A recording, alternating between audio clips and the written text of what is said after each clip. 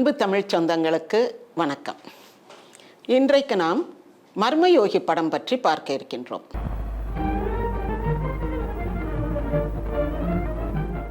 இதுவும் 1950 வெளிவந்த படம்.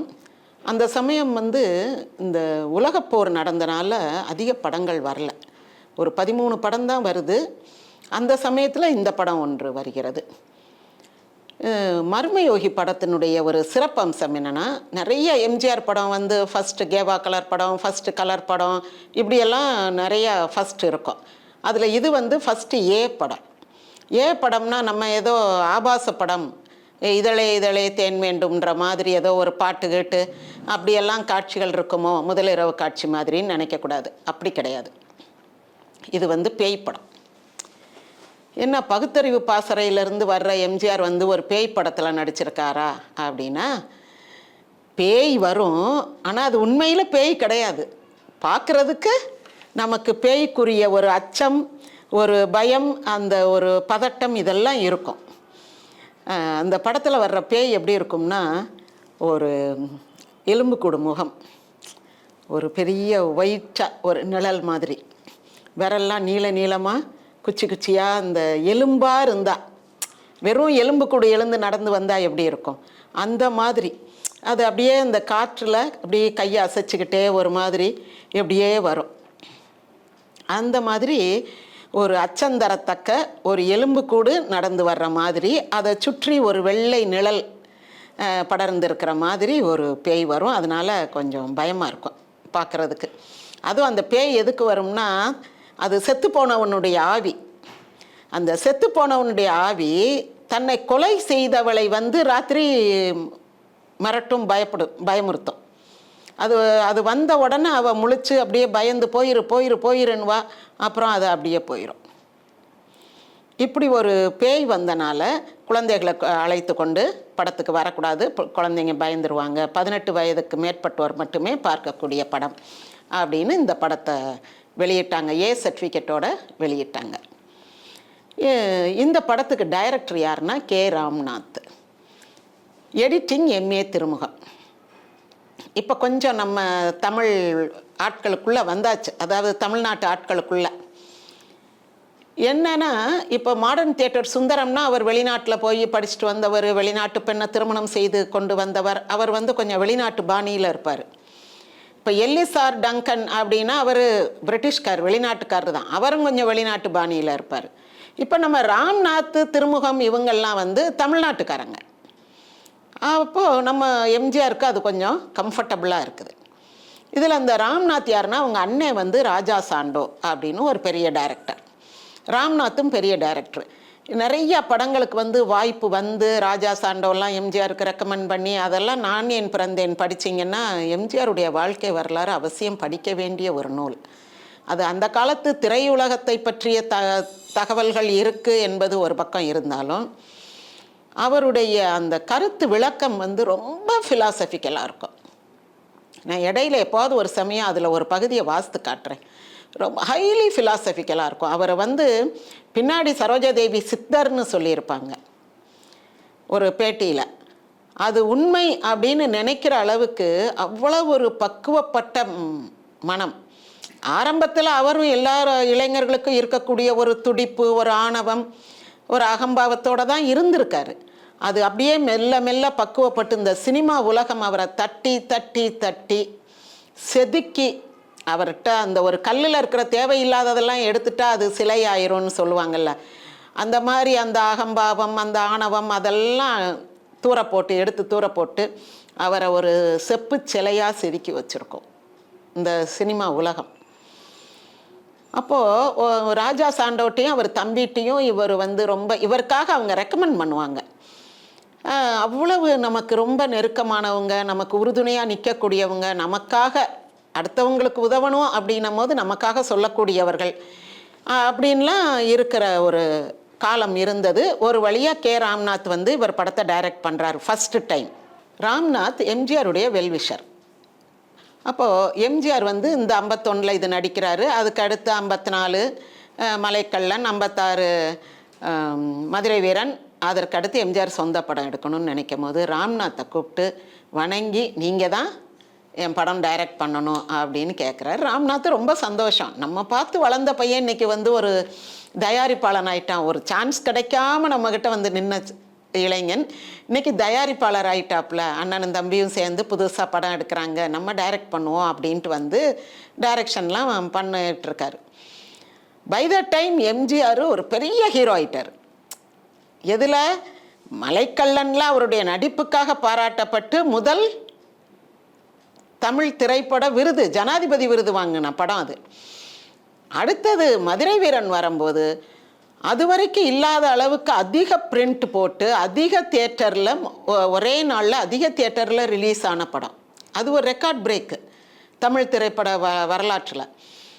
அப்படி டார்லிங் ஆஃப் த மாஸ் அப்படின்னு ஆன பிறகு இந்த படம் டைரக்ட் பண்ணுறாங்க, அவுட்டோரில் ஷூட் பண்ணுறாங்க. ராம்நாத் வந்து எப்பவும் போல் நம்ம பையன் தானன்ட்டு ராமச்சந்திரா டேக் ரெடின்னாரு. சுற்றி வேடிக்கை பார்த்துக்கிட்டு இருந்தவங்க எல்லோரும் ஓயின்னு கத்திட்டாங்க. ஏய் ராமச்சந்திரா, பேர் சொல்லி கூப்பிடாத, பேர் சொல்லி கூப்பிடாதன்னு. அப்படியே ராம்நாத்துக்கு ஷாக்கு. என்னடா அது, நடிகர் நமக்கு தெரிஞ்ச பையன் நம்ம பேர் சொல்லி கூப்பிட்றதுக்கு இவ்வளோ பேர் கத்துறாங்களே அப்படின்ட்டு அப்படியே டக்குன்னு ஒரு ஓரமாக போய் உட்காந்துட்டாரு. எம்ஜிஆர் போய் ராம்நாத் பக்கத்தில் உட்கார்றாரு. உட்காந்து, அண்ணே நீங்கள் தனியாக என்னைய கூப்பிட்டு அடிக்க கூட செய்யுங்கண்ணே, உங்களுக்கு எல்லா உரிமையும் இருக்குண்ணே, நீங்கள் வளர்த்து விட்ட பிள்ளைண்ணே நான். ஆனால் பப்ளிக்கில் வந்து பேர் சொல்லாதீங்கண்ணே, உங்களை அவங்க ரசிகர்கள் சத்தம் போடும்போது எனக்கு மனசு கஷ்டமாக இருக்குண்ணே. என்னையவே அவங்க வந்து கண்டிக்கிற மாதிரி இருக்குது. அவங்க ஒவ்வொருத்தர்கிட்டையும் நான் சொல்லி அதை புரிய வைக்க முடியாதுங்கண்ணே. உங்களுக்கு தான் தெரியும்ல அந்த மாப் சைக்காலஜி எப்படி இருக்கும்னு. நம்ம சொன்னால் கேட்கக்கூடிய நிலைமையில் இருக்க மாட்டாங்க. நீங்கள் நீ தனியாக அடிங்கண்ணே, நான் கேட்டுக்கிறேன், உங்களுக்கு எல்லா உரிமையும் இருக்குண்ணே அப்படின்னு சொன்ன உடனே ராம்நாத்துக்கு கொஞ்சம் மனசுக்குள்ளே கஷ்டமாக இருக்குது. என்ன செய்கிறது? இப்போ சார்னு கூப்பிட்றதா எம்ஜிஆரை, இல்லை வாப்பா போப்பா அப்படின்னு கூப்பிட்றதா, இல்லை தவறி நாளைக்கு இன்னொரு தடவை ஒரு அவுட்டோர் ஷூட்டில் ராமச்சந்திரான்னு கூப்பிட்டுட்டா இதே மாதிரி பசங்க கத்துவாங்களா ரசிகர்கள்? ரொம்ப தர்ம சங்கடமாக இருக்கே, என்ன செய்கிறது அப்படின்னு அவர் யோசிக்கிறாரு. அப்புறம் கொஞ்ச நாள் அந்த ஷூட் போகுது. அதுக்கு பிறகு அவரே சிக்காயிடுறாரு. அந்த படம் வந்து அவர் டைரக்ட் பண்ணலை, எம்ஜிஆரே முடிச்சிடுறாரு. அப்புறம் பத்மா சுப்பிரமணியம் அப்பாட்ட சொல்கிறாரு, டைரக்டர் கே சுப்பிரமணியன்ட்ட. அவங்கெல்லாம் ஃபேமிலி ஃப்ரெண்ட்ஸ். அவங்க எப்படி ஃபேமிலி ஃப்ரெண்ட்ஸ்னு அப்புறம் சொல்கிறேன். அப்படி அவரும் பார்த்துட்டு, உங்களை விடவா பெரிய டைரக்டர் வேணும், உங்களுக்கு தான் எல்லா தொழில்நுட்பமும் தெரியுமே, நீங்களே டைரக்ட் பண்ணுங்கன்ட்டு நாசூக்கா சொல்லிவிட்டு அவர் விளைவிக்கிறாரு. ஏன்னா எம்ஜிஆருடைய ரசிகர்கள் வந்து அவ்வளவு ஒரு ஆக்ரோஷமாக செயல்படுவாங்க. அதனால் நம்ம அவங்கக்கிட்ட எல்லாம் மாட்டிக்கக்கூடாதுன்னு எல்லாருமே முன்னெச்சரிக்கையாக அந்த ராம்நாத் அனுபவத்துக்கு பிறகு எல்லாரும் அப்படி ஒதுங்கிடுறாங்க. அப்புறம் எம்ஜிஆரே டைரக்ட் பண்ணார். பிறகு பா நீலகண்டன் 16 படம் பண்ணார். இந்த மாதிரி இப்போ இந்த படத்தில் எடிட்டராக இருக்கிற எம்ஏ திருமுகம் பண்ணார். என்னன்னா ராம்நாத்தோட கதை இப்படி இருக்குது. எம்ஏ திருமுகம் இதில் எடிட்டர் அறிமுகமாகிறாரு. அப்புறம் அவர் கொஞ்சம் படம் எடிட்டிங் பண்ணுறாரு. ஒரு கட்டம் வரும்போது எம்ஜிஆர் என்ன சொல்கிறாரு, சாண்டோ எம்எம்ஏ சின்னப்பாத்தி அவரோட தம்பி தான் இந்த எம்ஏ திருமுகம் எடிட்டராக இந்த படத்தில் வர்றது. தேவரும் அவரும் பயங்கர ஃப்ரெண்ட்ஸு. அப்போ அவர் சொல்கிறாரு, தேவர் தான் அவருக்கு அந்த முதல் படத்துக்கு வாய்ப்பு வாங்கி கொடுத்ததுன்னு நான் சொல்லியிருக்கேன். நீங்கள் வந்து படம் தயாரிங்க, உங்கள் தம்பி எடிட்டிங் தெரிஞ்சவர் தானே, அவரையே டைரக்டராக போட்டுக்காங்க, அவர் டைரக்ட் பண்ணட்டும், எடிட்டிங்கும் பண்ணட்டும், நீங்கள் வந்து சொந்த தயாரிப்பாளராக இருந்து படம் எடுங்கன்ட்டு அவரை ஊக்குவிக்கிறார். இந்த மாதிரியாக பின்னாடி வந்து ராம்நாத் டைரக்ஷனை விட்டுடுறாரு, திருமுகம் டைரக்டர் ஆகிடுறாரு. அப்போ இந்த தமிழ் திரைப்பட உலகத்தில் என்னென்ன மாதிரி மாற்றங்கள்லாம் நடக்குதுன்னு பாருங்கள். அது வந்து ஒரு மேஜிக்கல் வேர்ல்டு. கீழே இருக்கிறவன் மேலே வருவான், மேலே இருக்கிறவன் கீழே போவான், இந்த துறையில் இருக்கிறவன் அந்த துறைக்கு போவான், அந்த துறையில் இருக்கிறவன் இந்த துறைக்கு வருவான். இப்படியெல்லாம் மாற்றங்கள் நடக்கக்கூடிய ஒரு மாயா உலகம் என்பது தான் இந்த தமிழ் திரையுலகம்.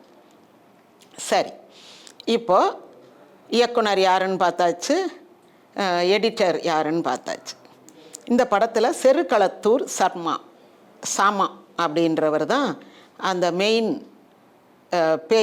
பேயெல்லாம் வர்றதுன்னு சொல்கிறேனே அந்த ஆவியாக நடித்தவர். ராஜா வேஷம், நல்ல ஹைட் அவர், செருகளத்தூர் சாமா. அடுத்தது வந்து நம்ம மந்திரிகுமாரி படத்தில் பார்த்த மாதிரி இதுலேயும் 2 பெண்கள். மருதநாட்டு இளவரசியில் நம்ம பார்க்குறோம், அதில் ஒரே ஒரு பெண் விஎன் ஜானகி மட்டும். ராஜகுமாரியில் பார்க்குறோம், ஒரு ராஜகுமாரி ஒரு வில்லி. இதுலேயும் வந்து ஒரு மர்மயோகியிலையும் 2 பெண்கள், மாதுரி தேவி, இன்னொன்று அஞ்சலி தேவி. அந்த காலத்தில் அந்த சரோஜா தேவி, அஞ்சலி தேவி, மாதுரி தேவின்னு தேவின்னு பேர் வைக்கிற ஒரு காலம் அது. இந்த மாதுரி தேவி ரொம்ப நல்ல ஃபீச்சர்ஸ், ஷார்ப் ஃபீச்சர்ஸ்னோம்ல, அந்த மாதிரி அப்படி கத்தி மாதிரி மூக்குன்னு சொல்லுவாங்க.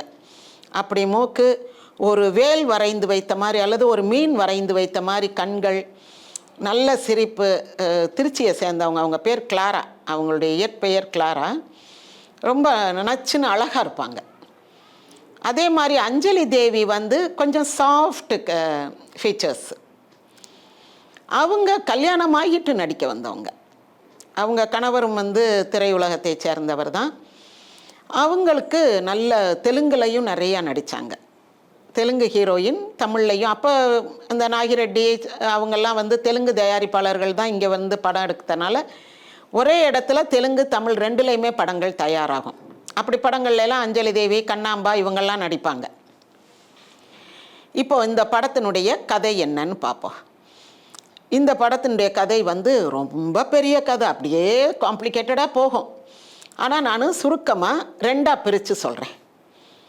ஒன்று நகரம், இன்னொன்று காடு. இங்கேயும் காடு, குகை, குகையில் இருக்கக்கூடிய வீரர்கள் திருடர்கள் கிடையாது. இவங்க வந்து காட்டில் இருக்கக்கூடிய நல்லவர்கள், வீரர்கள்.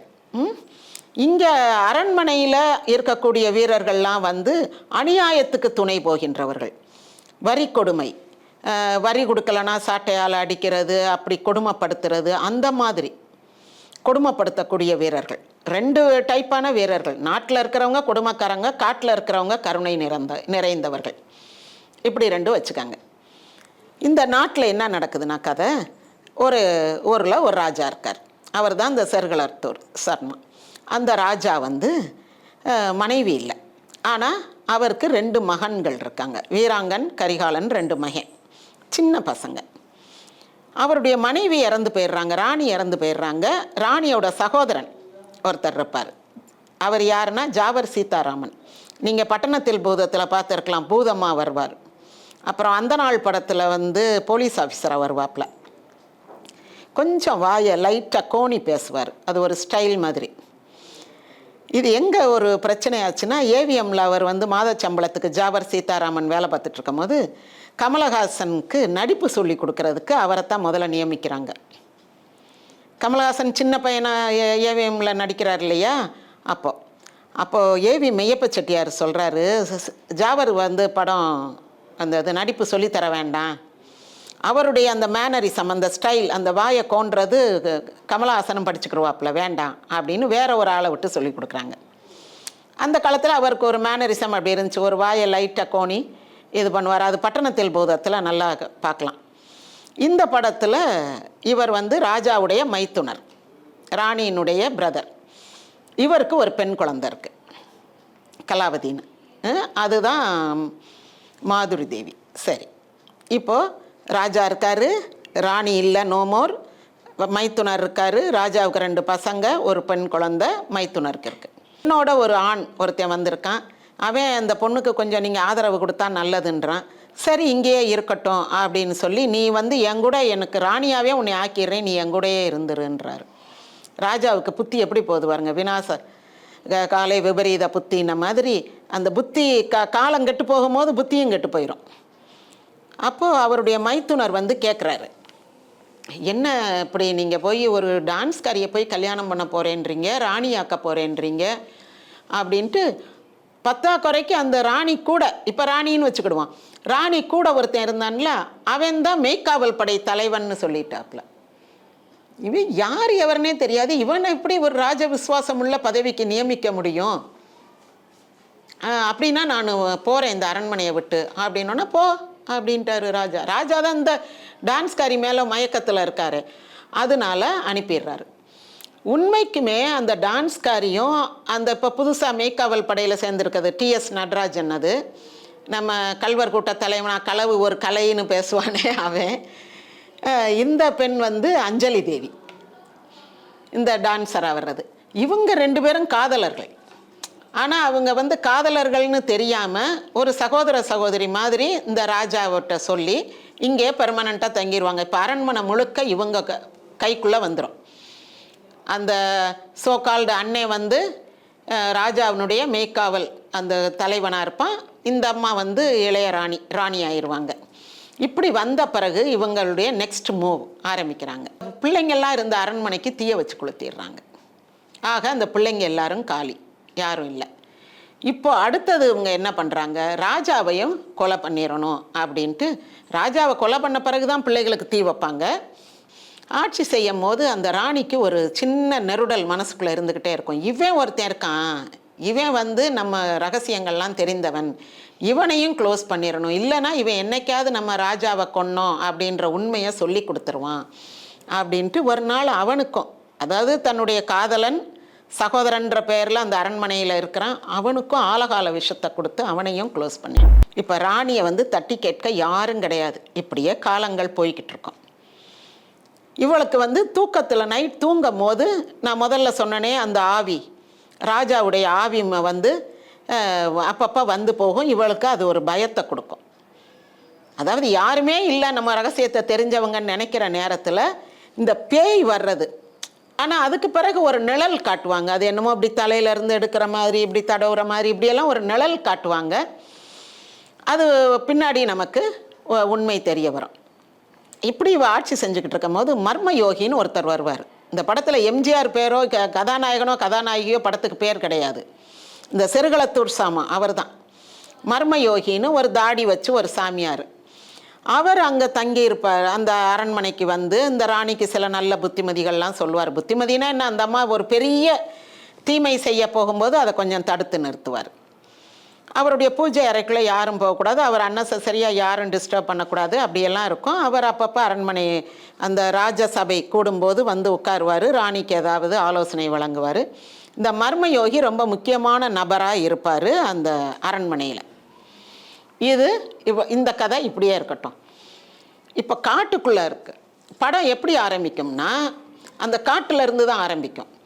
ஒரு பெண், ஒரு அபலை பெண் ஓடி ஓடி வருவாள். அப்போ ஒரு ஆள் அவளை பின்னாடி பார்த்துக்கிட்டே வருவாப்புல. அந்த ஆளை பார்த்து பயந்து பயந்து ஓடியாருவா. ஒரு கட்டத்தில் 2 பேரும் நின்று பிடிச்சிருவாப்புல. நின்று எங்கம்மா ஓடுற அப்படின்னு கேட்பார். அவர் கொஞ்சம் வயசானவர். ஐயா, இங்கே கரிகாலன்னு ஒரு நல்லவர் இருக்கார், அவர்கிட்ட அடைக்கலம் தேடி ஓடுறேன் அப்படின்வா. அந்த பெண் வந்து பன்றிபாய் இதில் வந்து ஒரு துணை கதாபாத்திரம், கடைசி வரைக்கும் வருவாங்க, ஆனால் ஒரு சின்ன கதாபாத்திரம். அப்போ அவர் சொல்லுவார், எம்மா எனக்கும் உன் வயசில் ஒரு பெண் இருந்தா, இப்போது அவளுக்கு வந்து உன்னை மாதிரி தான் இருப்பா, நான் உன்னுடைய தந்தை மாதிரி, நானும் வர்றேன், உன்னை கரிகாலன்ட்ட போய் ஒப்படைக்கிறேன் அப்படின்ட்டு 2 பேரும் வருவாங்க. வரும்போது ஒரு இடத்துல நிறைய ஆட்கள் உட்காந்து பேசிக்கிட்டு இருப்பாங்க. அப்போ வந்து அவங்க கேட்பாங்க, யார் நீங்கள், எங்கே போகிறீங்கன்னு. இங்கே கரிகாலன் ஒருத்தர் இருக்காராம், அவர்கிட்ட இந்த பெண்ணை ஒப்படைக்க போகிறேன், இந்த பெண் வந்து ஒரு அபலை அப்படின்னு சொல்லும்போது பக்கத்தில் யாருன்னா நம்பியார் இந்த படத்துலேயும் ஒரு சின்ன கேரக்டர், அதாவது கரிகாலனுக்கு துணையாக இருக்கக்கூடிய ஒரு அடியாள் கேரக்டர் மாதிரி. அப்போ நம்பியார் சொல்லுவாப்புல, நீங்கள் தேடி வந்த கரிகாலனே இவர் தான் அப்படின்வாப்புல. எம்ஜிஆர் உட்காந்துருப்பார். ஓ அப்படியா அப்படின்ட்டு பேசி அந்த பெண்ணை ஒப்படைச்சிருவாங்க. அவங்க வந்து காட்டுக்குள்ளே இருந்து சில வீரர்களை வைத்து நாட்டில் வந்து திடீர்னு வரி சுமைக்க எல்லாரையும் சாட்டையால் அடித்து கத்தியால் குத்தி அப்படியெல்லாம் வரி வசூல் பண்ண வரும்போது இவங்க போய் தடுத்து நிறுத்தி அந்த அரண்மனை வீரர்களை அனுப்பிட்டு அந்த மக்களை காப்பாற்றுவாங்க. இப்படியெல்லாம் மக்களுக்கு நன்மை செய்துக்கிட்டு இருப்பாங்க. ஆனால் இதில் என்ன இன்னொரு விஷயம், இந்த காட்டுக்குள்ளே எம்ஜிஆர் வந்து தேவியின் கட்டளைன்னு ஒன்று வரும், ஒரு சீட்டு, அதன்படி தான் நடப்பார். திடீர்னு டங் டங் டங்குன்னு மணி அடிக்கும். படம் தொடங்கும் போதே ஒரு மணி அடிக்கிற சத்தங்க காட்டுவாங்க. பேர் போடுறதுக்கு முன்னாடியே ஒரு பெரிய மணி ஸ்க்ரீனில் காட்டுவாங்க. அந்த மணி அடித்த உடனே எம்ஜிஆர் அந்த குகைக்குள்ளே உள்ளே போவார். போனால் அங்கே ஒரு தேவியின் சிலை, ஒரு புடைப்பு சிற்பம் இருக்கும். அதுக்கு முன்னாடி விளக்கு எரிஞ்சுக்கிட்டு இருக்கும். அங்கே போய் பார்த்தா ஒரு சீட்டு இருக்கும். இந்த தட்டில் பூ பழம்லாம் வச்சுருப்போம்ல, அதில் ஒரு சீட்டு, அதில் மேலே ஓம்னு போட்டு கீழே தேவியின் கட்டளைன்னு போட்டு நடுவில் விஷயம் என்னன்னு எழுதியிருக்கும். ஒரு போஸ்ட் கார்டு சைஸில் இருக்கும். அதை பார்த்துட்டு அந்த சீட்டை எரிச்சிட்டு எம்ஜிஆர் வெளியே வந்து இப்படித்தான் செய்யணும், இதுதான் தேவியின் கட்டளை அப்படின்வாங்க. அப்போ அவர் எம்ஜிஆர் அந்த சீட்டை எடுத்து படிக்கும் போது அந்த பக்கம் அந்த 2 பாறைக்கு நடுவில் ஒரு கண்ணு மட்டும் தெரியும். அது யார் எவருன்னு தெரியாது, ஒரு கண்ணு மட்டும் தெரியும், நமக்கு காட்டுவாங்க. இது காட்டில் நடக்கிற ஒரு விஷயம். இப்படி இருக்கிற வேளையில் இந்த ராணி என்ன பண்ணுவா, கரிகாலனை வந்து அவன் தான் காட்டில் பெரிய அராஜகம் பண்ணுறான், நம்மளை வந்து வரி வசூல் பண்ண விட மாட்டேன்றான், வந்து தடுத்துடுறான், நிறுத்திடுறான் அப்படின்ன உடனே அவனை பிடிச்சி கொண்டாங்கன்னுவா. அப்போது இங்கே தளபதியாக இருக்கிறவர் எஸ்வி சகஸ்ரநாமம். எஸ்வி சகஸ்ரநாமம் பற்றி நான் பின்னாடி சொல்கிறேன். அவர் உரிமை குரல்லையும் எம்ஜிஆருக்கு அண்ணனா நடிச்சிருப்பார், அது மட்டும் ஞாபகம் வச்சுக்கோங்க. இந்த சகஸ்ரநாமம் வந்து நான் போய் பிடிச்சிட்டு வரேன் அப்படின்வார். இவர் வந்து பிடிக்கிறதுக்கு ட்ரை பண்ணும் போது முடியாது, திருப்பி கொண்டு வந்து இவரை விட்டுருவாங்க. உடனே அந்த அரண்மனையில் இருக்கிற பெண் கலாவதி, நான் போய் என்னுடைய மயக்கும் பேச்சாலும் வாழ்வெளி வீச்சாலும் நான் அவனை கவர்ந்து கொண்டு வரேன்வா. சரின்னு ராணி கொஞ்சம் டிப்ஸ் எல்லாம் கொடுப்பா. அவள் ஆல்ரெடி எக்ஸ்பீரியன்ஸ்ட் ஹேண்டில் கொஞ்சம் டிப்ஸ் எல்லாம் கொடுத்து இப்படியெல்லாம் மயக்கி கரிகாலனை கூப்பிட்டு வந்துருன்னுவா. அப்போது அந்த தளபதி எஸ்வி சகஸ்ரநாமம், வேண்டாம், இதெல்லாம் தவறான முறை, ஒரு வீரனை வீரனாகத்தான் சந்திக்கணுமே தவிர இப்படி பெண்ணை அனுப்பி எல்லாம் மயக்கி கூட்டிகிட்டு வரக்கூடாது அப்படின்னு. அதெல்லாம் ராஜதந்திரத்தில் ஒரு வகை, நீங்கள் அதை பற்றி கவலைப்படாதீங்கன்றுவா ராணி சொல்லும் போது தளபதி என்ன செய்ய முடியும், இவ போவா. இந்த கலாவதி போய் அங்கே அந்த கரிகாலன் எம்ஜிஆர் செய்கிற நல்ல செயல்களெல்லாம் பார்த்து லவ் பண்ண ஆரம்பிச்சிருவாள். 2 பேரும் காதலிப்பாங்க. இப்படி இவங்க 2 பேரும் காதலிக்கிற வேளையில் இந்த தளபதி இவரை பிடிக்க வரும்போது பிடிச்சி வச்சுக்கிட்டு கரிகாலன் கூட்டத்தார் இவனை வந்து கொன்று போட்டுறணும் தளபதியை அப்படின்வாங்க. சரி அப்படின்றவார். எம்ஜிஆர் வந்து அந்த கூட்டத்தினுடைய சட்டத்திட்டங்களுக்கு கட்டுப்பட்டவர் தானே, கொன்று போட்டுருங்கன்னா அந்நேரம் மணி அடிக்கும். இவர் உள்ளே போனால் தேவியின் கட்டளை வந்து வீராங்கனை பத்திரமா ஊருக்கு அனுப்பி வைகின்றோம். இவர் வந்து அவனை பத்திரமா அனுப்பி வைங்க, கண்ணை கட்டி கொண்டு போய் காட்டினுடைய எல்லையில் விட்டுட்டு வந்துடுங்க, ஊருக்குள்ளே போட்டோன்னு. யாரும் போக மாட்டாங்க. நம்பியார் இப்படி முகத்தை திருப்பிக்கிடுவாப்புல, இன்னொரு ஆள்கிட்ட சொல்லுவார், அவர் அப்படி முகத்தை திருப்பிக்கிடுவார். எல்லாரும் முகத்தை திருப்பிக்கிடுவாங்க, யாருமே அவனை கொண்டு போய் விட மாட்டாங்க. என்னுடைய கட்டளைக்கு கீழ்ப்படிய ஒருத்தர் கூட இல்லையா அப்படின்வார். இல்லை முடியாதுன்னு, சரி நானே கொண்டு போய் விட்டுறேன்ட்டு இவரே கொண்டு போய் விட்டுட்டு வருவார். ஆனால் அப்போவும் அந்த தளபதி சொல்வார், நான் போய் ஆட்களை கூட்டு வந்து உன்னைய பிடிப்பேன், உன்னைய பிடிக்கிறது தான் என்னுடைய முதல் கடமை, நீ என்னை உயிரோடு விட்டுட்டேன்னு உனக்கு இறக்கம் காட்ட மாட்டேன்னு தான் தளபதி சொல்லிட்டு போவேன். பரவாயில்ல, நீ வந்து என்னைய பிடிச்சிக்கோ அப்படின்னு விட்டுருவார். இந்த நேரத்தில் எம்ஜிஆர் அந்த ஆளை கூட்டிகிட்டு போயிருக்கும் போது இங்கே இருக்கிற பெண்கள், இந்த எம்எஸ்எஸ் பாக்கியம், பன்றிபாய், இவங்கெல்லாம் இந்த கலாவதி இவளை பார்த்து, மாதிரி தேவியை பார்த்து அப்படி நெரிப்பாங்க, விரலாம் நெரிச்சு, இவ வந்த வேலை தான் அவனை மயக்கி தன்னுடைய கடமையை செய்ய விடாமல் பண்ணிட்டா, தளபதியை நம்ம கொன்று போட்டிருக்கலாம், அவனுக்கு தண்டனை கொடுத்துருக்கணும், ஆனால் அவனை கொண்டு போய் திருப்பி அங்கே விட்டால் அவன் இன்னும் படை வீரர்களை அழைச்சிக்கிட்டு வந்து நம்மளை அடித்து கொல்லுவான், இவளால் தான் இன்னும் பல பேர் சாக போகிறாங்க அப்படின்னு சொல்லவும் இவ மனசு கஷ்டப்பட்டு தப்பிச்சு போயிடுவான். அந்த குகையை விட்டு தப்பிச்சு போன பிறகு எம்ஜிஆர் வந்து பார்த்தா ஆள் இருக்காது. இப்போ எம்ஜிஆர் திரும்ப போய் அவளை காப்பாற்றணும். இப்படி ஒரு சூழ்நிலையில் இவர் போய் அவளை காப்பாற்ற போய் அரண்மனைக்குள்ளே பெரிய ஃபைட்டெல்லாம் நடக்கும். அந்த முதல்ல ராணி பேசும்போது நான் என்னுடைய குறி தவறாது, தவறும் என்றால் நான் குறி வைக்க மாட்டேன் அப்படின்னு சொல்லி கத்தியை விட்டு எறிகிறது, அந்த மாதிரி வசனங்கள்லாம் முதல்லையே நடந்திருக்கும். இப்போ வந்து தெரியாமல் போவார். போய் அந்த ராணியையும் காப்பாற்றி கூட்டுரும் போது அவருக்கு ஒரு சீட்டு கிடைக்கும். தேவியின் கட்டளை என்னன்னா, ராணியை நீ கூட்டிகிட்டு போயிருன்னு, ராணியை உன்னுடைய குகைக்கு கூட்டிகிட்டு போயிருன்னு. சரின்னு ராணியையும் மிரட்டி, அது அந்த ஃபைட்டெல்லாம் பயங்கரமான ஃபைட்டு, மேலேருந்து குதித்து அப்படியெல்லாம் தப்பிச்சு வருவாங்க. ஏன்னா ஒரு அரண்மனைக்குள்ளே போயிட்டு ஒரு ஆள் தப்பிச்சு வர்றதுன்னா அது எவ்வளோ கஷ்டம். ரொம்ப ரியலிஸ்டிக்காக எடுத்திருப்பாங்க அந்த சண்டையெல்லாம். ராணியையும் கடத்தி கூட்டு வந்து, ராணி வந்த பிறகு ராணி நீ கெட்டவன், நான் நல்லவன்வா. அப்போ அந்த ஆவி வந்துடும். ஆவி வந்து நீ உண்மையை சொல்லு அப்படின்னும். அப்புறம் நீ ஒரு அரசனை கொன்றாயா இல்லையா, அரசகுமாரர்களுக்கு தீ வைத்தாயா இல்லையா அப்படின்னும் போது, ஆமாம் நான் கொலகாரி தான், நான் கொடும்பாவி, நான் அரசனை கொன்னது உண்மை அப்படின்னு ஒத்துக்கிற வேளையில் அந்த ஆவி மறைஞ்சிரும். உனக்குரிய தண்டனை என்னன்னு சொல்லு அப்படின்னு ஒரு விஷம் குப்பி வைப்பாங்க. நீ விஷத்தை குடிச்சு சாகரியா, இல்லை இப்படி சாகரியா, கத்தியெல்லாம் வச்சு நீயே உன்னுடைய மரணத்தை தேர்ந்தெடுத்துக்கொள், ஒரு பெண்ணை நாங்கள் வந்து கொலை செய்ய விரும்பலை அப்படிம்பாங்க. இப்படி இவங்க பேசிக்கிட்டு இருக்க வேலையிலேயே அந்த தளபதி வந்து அப்படியே அந்த அரண்மனையே அந்த குகையவே ரவுண்டப் பண்ணிடுவார். ரவுண்டப் பண்ணி எம்ஜிஆர் அந்த கூட்டத்தாருங்க எல்லாரையும் பெரிய படையே வந்து நிற்கும், கூட்டிகிட்டு போயிடுவாங்க. இப்போ ராணி திரும்ப சிம்மாசனத்தில் உட்காந்துருவாள். உட்காந்து எம்ஜிஆரை குற்றவாளி கூண்டில் நிறுத்திடுவாங்க. குற்றவாளி கூண்டில் நிறுத்தின உடனே எம்ஜிஆர் சொல்லுவார், இது ராணி வந்து கெட்டவ, இவ தான் ராஜாவை கொண்டிருக்கா, இவ தான் ராஜகுமாரர்களை தீய வச்சு கொளுத்தியிருக்கா அப்படியெல்லாம் சொல்லும்போது இவ அதெல்லாம் கிடையாது, நீங்கள் வந்து முதல்ல கரிகாலனை கொல்லுங்க, அவன் கூட்டத்தையே கொன்று குமிங்க அப்படின்வான். அப்போ மர்மயோகி, அந்த சாமியார் மாதிரி ஒரு மர்மயோகி இருக்கார்ல ஒரு தாத்தா அரண்மனையில், அவர் சொல்லுவார், வேண்டாம் அவனை விட்டுரு, கரிகாலனை கொல்ல வேண்டாம், கரிகாலனை கொன்னா அது இந்த நாட்டினுடைய ராஜகுமாரனை கொன்றதாகும், இளவரசனை கொன்றதாகும். உடனே மக்கள்லாம் ஒரு மாதிரி பரபரப்படைஞ்சிருவாங்க. அப்போ நிறுத்துங்க நிறுத்துங்க, எதுவும் கொல்ல வேண்டாம், உண்மையை சொல்லுங்க மர்மயோகி அப்படின்வாங்க. அவன் வந்து இளவரசன், வீராங்கா அவன் வந்து உன்னுடைய சகோதரன்னு தளபதியை பார்த்து சொல்லார். உடனே தளபதிக்கு ஆச்சரியமாக இருக்கும், இவன் நம்ம தம்பியா அப்படின்ட்டு. அடுத்து அந்த கலாவதி வந்து அவங்க மாமா பொண்ணு அப்படின்ற உண்மையில் தெரிஞ்சிடும். அப்போது ராணி வந்து ராஜாவை கொலை செய்தாள் அப்படின்றத திரும்பவும் அந்த குற்றச்சாட்டு முன்வைக்கப்படும் போது கிடையவே கிடையாதுன்னு ராணி சொல்லுவாள். அப்போது அந்த மர்மயோகி தன்னுடைய அந்த வேஷத்தெல்லாம் கலைச்சிட்டு நான் தான் ராஜா அப்படின்னு போட்டாளு பிழைச்சாரு அப்படின்னா அவருக்கு இப்போ தானே நம்ம யோகாலாம் சொல்கிறோம், அப்போவே இந்த படத்தில் அதை காமிச்சிருப்பாங்க. அவர் யோக பயிற்சி பெற்றவர்.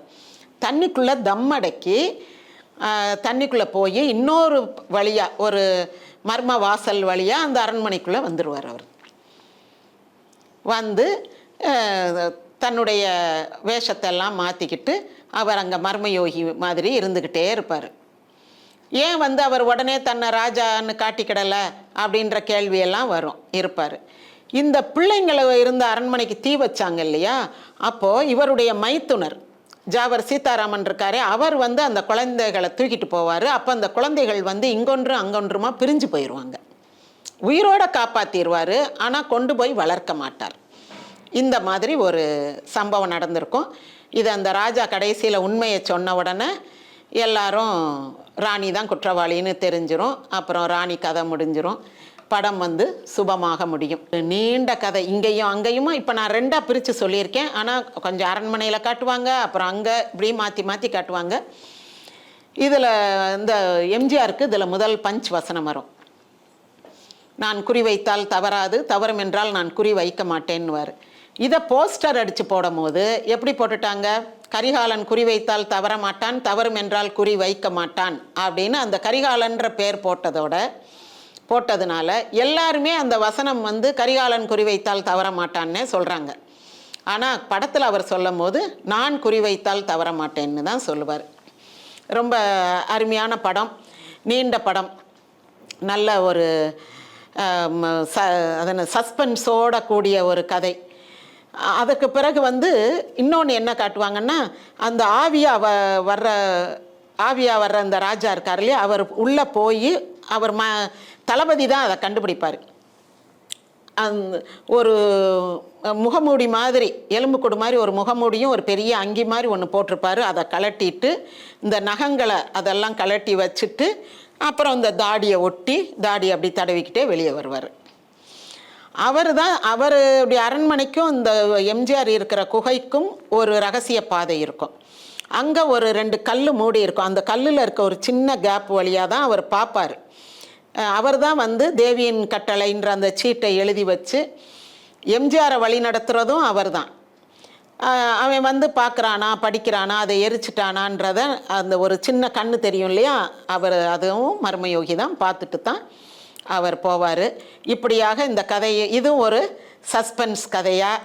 அதுக்கு முன்னாடியெல்லாம் இந்த கீசகவதம், திரௌபதி வஸ்திராபகரணம் இப்படி படங்கள் வந்துக்கிட்டு இருந்துச்சு. சதி அனுசூயா, சாவித்ரி, சத்யவான் சாவித்ரி, இப்படி புராண கதைகளாக வந்துக்கிட்டு இருந்த வேளையில் அதுக்கடுத்து ராஜா ராணி கதைகள். அதோட ஒரு ராஜா ராணி கதைகள், ஒரு சாதாரண குடிமகன், அது யாருன்னா ஒரு ராஜகுமாரனை கொண்டு மதுரை வீரன் கதை மாதிரி காட்டில் விட்டுருவாங்க. அவன் ஏழை எளிய மக்களோடு வாழ்ந்துக்கிட்டு இருப்பான், ஆனால் அவன் ராஜகுமாரனாக இருப்பான். இப்போ மதுரை வீரனுக்கு என்ன சொல்கிறோம், அவன் வந்து ஒரு செருப்பு தைக்கிறவங்க குடியில் வாழ்ந்து வருவான், ஆனால் அவன் வந்து ராஜா மகன் அப்படின்வான். இந்த மாதிரி வந்து 2வது கட்டத்தில் புராண கதைகள் முதல் கட்டம், அதுக்கடுத்து இப்படி ராஜாராணி கதைகள் எளிய குடிமக்களோடும் மன்னர் பரம்பரையோடும் இணைத்து பார்க்கக்கூடிய கதைகளாக வெளிவந்தன. அதில் எம்ஜிஆர் வந்து அப்போ தான் எம்ஜிஆருடைய என்ட்ரி ஆகுது. ஒவ்வொரு படத்துலையும் ரொம்ப சிறப்பாக நடிக்கிறாரு. இந்த படத்தில் முழுக்க முழுக்க பெண் தான் வில்லி. அவளுடைய அந்த ஒரு வெடிச்சிரிப்பு, நம்ம PS வீரப்பா சிரிக்கிற மாதிரி அஞ்சலி தேவி சிரிப்பை பார்க்கணும். அப்படி ஒரு காட்டுத்தனமாக ஹஹன்னு சிரிக்கும். அப்புறம் அந்த பேயை பார்த்த உடனே அப்படி நடுங்கும். அது கண்ணிலேயே அந்த பயம்லாம் தெரியும். நிறைய விதவிதமான எக்ஸ்ப்ரெஷன்ஸ். அந்த வருஷம்லாம் சிறந்த நடிகை விருது கொடுத்துருந்தா அஞ்சலி தேவிக்கு தான் கொடுத்துருக்கணும். அப்புறம் ரொம்ப கன்னிங்காக பேசுகிறது, அந்த காதலன்ட்ட ராஜாட்ட வந்து ஒரு செட்யூசிவாக பேசுகிறது, இந்த மாதிரி விதவிதமான நடிப்பில் வந்து ரொம்ப அழகாக சோபிச்சிருப்பாங்க. அவங்க தான் முழு வில்லி கேரக்டர். படம் பூரா அவங்களுடைய நடவடிக்கைகளில் தான் கதை நகர்ந்து கொண்டே போகும். ரொம்ப நல்லா இருக்கும். இதுவும் அந்த பெண் கதாபாத்திரத்துக்கு முக்கியத்துவம் கொடுத்த படம்.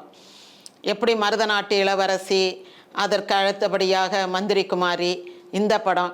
இப்போ எம்ஜிஆர் படத்தில் நம்ம எம்ஜிஆர் இமேஜ், எம்ஜிஆர் ஹீரோன்லாம் சொல்கிறோம். இப்போ மகாதேவி எடுத்துக்கங்க, அடிமை பெண் எடுத்துக்கங்க, நாடோடி மன்னனில் நம்ம பானுமதி கேரக்டர் எடுத்துக்கங்க. பெண்களுக்கு நல்ல ஒரு முக்கியத்துவம் கொடுக்குற கேரக்டர் வந்து இருக்கும். இடையில ஒரு 4-5 வருஷம் வேணால் அப்படி இல்லாமல் இருந்திருக்கும். அதன் பிறகு அவர் 72ல் அதிமுக ஆரம்பித்த பிறகு படத்தில் வரக்கூடிய, அப்போது 11 படங்கள் லதா நடித்தாங்க. லதா வந்து ஒரு ஸ்ட்ராங் கேரக்டராக இருப்பாங்க. எப்படின்னா ஒரு அதிமுகவினுடைய கொள்கை குரலாக, இப்போ மவுத் பீஸ் ஆஃப் அண்ணாடிஎம்கேன்னு சொல்கிற மாதிரி ஒரு பெண் குரலாக அவங்களுடைய குரல் ஒலிக்கும். பெண்களை வந்து மொபிலைஸ் பண்ணுற ஒரு பொறுப்பில் இருக்கிற மாதிரி இருக்கும். அவங்க பேச பேச படம் பார்க்குற பெண்கள்லாம் அவங்க பக்கம் சேருவாங்க. அவங்க எம்ஜிஆருக்கு சப்போர்ட்டாக பேசுவாங்க. அப்போ மக்களும் வந்து எம்ஜிஆருக்கு ஆதரவாக சேருவாங்க. இது வந்து ஒரு எஃபெக்டிவ் டூல் அப்படின்றோம் சினிமாவை. அதை எஃபெக்டிவாக பயன்படுத்தினவர் வந்து எம்ஜிஆர் தான். தன்னுடைய கொள்கைக்கு ஆதரவாக ஒரு கேரக்டரை வைக்கிறது, அதுவும் பெண்களை வந்து கொஞ்சம் பவர்ஃபுல்லான கேரக்டராக வச்சுருப்பார். அவங்கள வந்து போடி வாடின்னு கூப்பிட்றதோ, நாய் பேய் கழுதன்னு கூப்பிட்றதோ, இல்லை அடிக்கிறதோ, அந்த மாதிரியெல்லாம் எம்ஜிஆர் படங்களில் வராது. எங்கேயாவது 1-2 இடத்துல விதிவிலக்குகள் இருக்கும். மற்றபடி வந்து அவர் பெண்களை ரொம்ப மதிக்கிற மாதிரி தான் படத்துலையும் வச்சுருப்பார், நேர்லையும் அதே மாதிரி தான். அந்த வகையில் இந்த மர்மயோகி வந்து எம்ஜிஆருடைய வரலாற்றில் மிகச்சிறந்த படம்.